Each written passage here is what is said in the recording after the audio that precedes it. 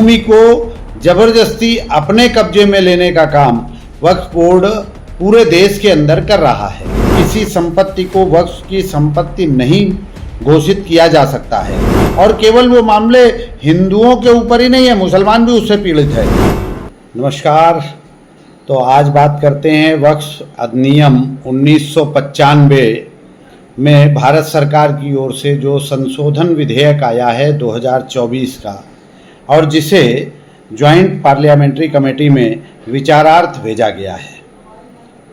वास्तव में वक्फ अधिनियम 1995 इस देश के संविधान और कानून के ऊपर चलने वाला एक अधिनियम बनाया गया था, जिसके कारण से देश के आम नागरिकों के सभी प्रकार के अधिकार निलंबित हो जाते हैं और वक्फ अधिनियम में जो प्रावधान बनाए गए उन प्रावधानों का कहीं कोई चैलेंज नहीं कर सकते हैं और निरंकुश तरीके से देश के आम जनमानस की संस्थाओं की, शैक्षणिक संस्थाओं की, धार्मिक संस्थाओं की भूमि को जबरदस्ती अपने कब्जे में लेने का काम वक्फ बोर्ड पूरे देश के अंदर कर रहा है।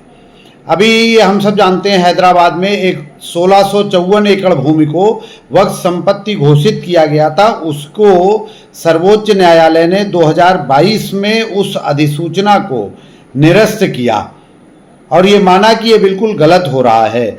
माननीय सर्वोच्च न्यायालय ने और भी कई मामलों में इसी प्रकार के निर्णय दिए हैं। इतना ही नहीं, 2022 में वक्फ बोर्ड बनाम जिंदल साह लिमिटेड के एक और मामले में माननीय सर्वोच्च न्यायालय ने माना कि किसी भी समर्पण या उपयोग के सबूत के अभाव में किसी संपत्ति को वक्फ की संपत्ति नहीं घोषित किया जा सकता है।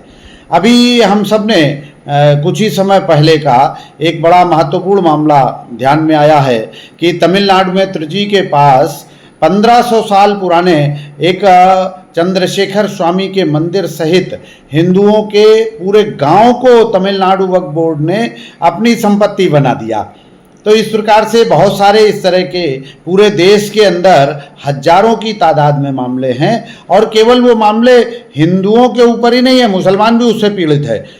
तो भारत सरकार का जो संशोधन विधेयक लाया गया है, ये स्वागत योग्य कदम है और ये जेपीसी के सामने, जॉइंट पार्लियामेंट्री कमेटी के सामने जो सुझाव मांगे गए हैं, मेरा आह्वान है समाज के सभी प्रबुद्ध वर्ग से, सभी धार्मिक, शैक्षणिक, सामाजिक संस्थाओं से, समाज के सभी वर्गों से कि बढ़ चढ़ करके अपने अपने सुझाव और जेपीसी के सामने ईमेल के माध्यम से, बाई पोस्ट माध्यम से भेजें। इतना ही कह करके अपनी वाणी को आज के लिए विराम। जय हिंद, जय भारत।